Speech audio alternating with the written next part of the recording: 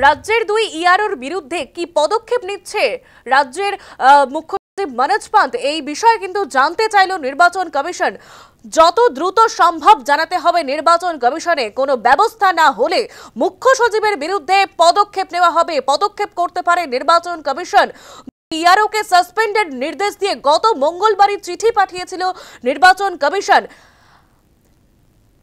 সরাসরি চলে যাবো, প্রতিনিধি রয়েছেন প্রীতি পাত্র। প্রীতি, রাজ্যের দুই ইআরওর বিরুদ্ধে কি পদক্ষেপ যত দ্রুত সম্ভব জানাতে হবে নির্বাচন কমিশনে, কি জানতে পারছো? চিঠিতে কি লেখা রয়েছে প্রীতি? দেখো, একেবারে রাজ্যের দুজন ইআরও এবং তার পাশাপাশি আরো কিন্তু 4 জন অফিসারকে সাসপেন্ড করতে হবে। তাদের বিরুদ্ধে অভিযোগ তারা বিভিন্ন রকম অনৈতিক কাজ করেছেন ভোটের সময়, এবং সেই কারণেই কিন্তু ইতিমধ্যে তাদেরকে সাসপেন্ড করতে হবে এমনটাই চিঠি কিন্তু রাজ্যকে পাঠিয়েছিল নির্বাচন কমিশন।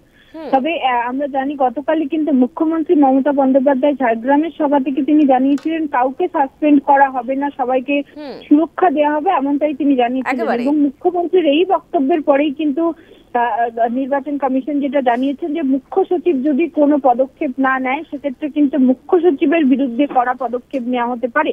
এবং একজন আধিকারিক কমিশনের তিনি জানাচ্ছেন যে মুখ্য ইআরও এবং নির্বাচন কমিশনের মাঝে কিন্তু আর তৃতীয় কোনো পক্ষ থাকে না, এবং নির্বাচন কমিশনের শুধুমাত্র ভোটের সময় যে ক্ষমতা থাকে এমনটা কিন্তু নয়। যদি ইআরও কে নির্বাচন কমিশন কোনো তার বিরুদ্ধে পদক্ষেপ নিতে চায় তা কিন্তু রাজ্যকে মানতে হবে, এবং সেই কথা যদি রাজ্য না মানে সেক্ষেত্রে কিন্তু মুখ্য সচিবের বিরুদ্ধে ব্যবস্থা নেওয়া হবে, এমনটাই কিন্তু নির্বাচন কমিশনের পক্ষ থেকে বলা হচ্ছে। একেবারে ধন্যবাদ প্রীতি। আমরা কথা বলছিলাম আমাদের প্রতিনিধি প্রীতি পাত্রর সঙ্গে।